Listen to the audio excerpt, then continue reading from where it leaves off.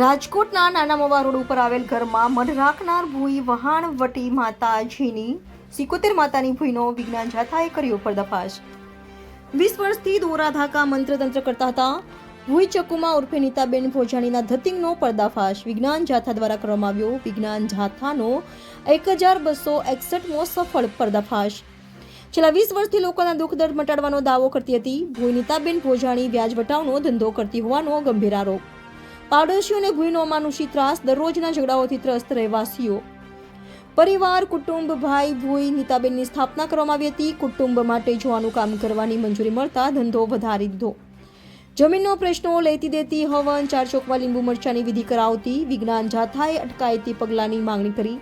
વિજ્ઞાન જાથાના chairman advocate Jayant Pandya સાથે દિનેશ ઉંબલ, નિર્મળ મેત્રા, રોમિત રાજદેવ, અંકલેશ ગોહિલ, રમેશ પરમાર, રવિ બરબતાણી, નિર્ભય જોશી, ભાનુબેન ગોહિલ પર્દાફાશની કામગીરીમાં જોડાયા। જાથાએ પોલીસ કમિશનર માલવ્યનગર પોલીસ સ્ટેશનનો આભાર માન્યો। બ્યુરો ચીફ બીના લખાણી, ગુજરાત ક્રાઇમ ન્યૂઝ, સૌરાષ્ટ્ર।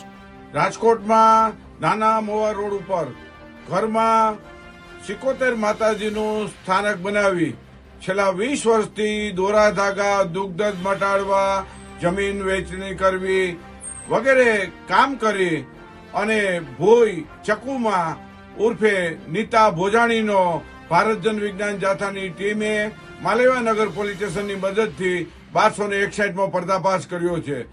અમે લોકોને અપીલ કરીએ છીએ કે આવી ભૂઈ લોકોની સંવેદના સાથે, શ્રદ્ધા સાથે ખિલવાડ કરે છે, ભાવનાઓ સાથે, ઉપરાંત શારીરિક, માનસિક, આર્થિક શોષણ કરે છે, તેનાથી કાળજી રાખવી જોઈએ। આ ભૂઈ છે 5,000થી માંડી 1 લાખ રૂપિયા સુધીની ફી વસૂલતી હતી। આજે એમનો પર્દાફાશ થતા અત્યારે પોલીસ સ્ટેશનમાં લઈ જઈ એને કાનૂની કાર્યવાહી ચાલી રહી છે।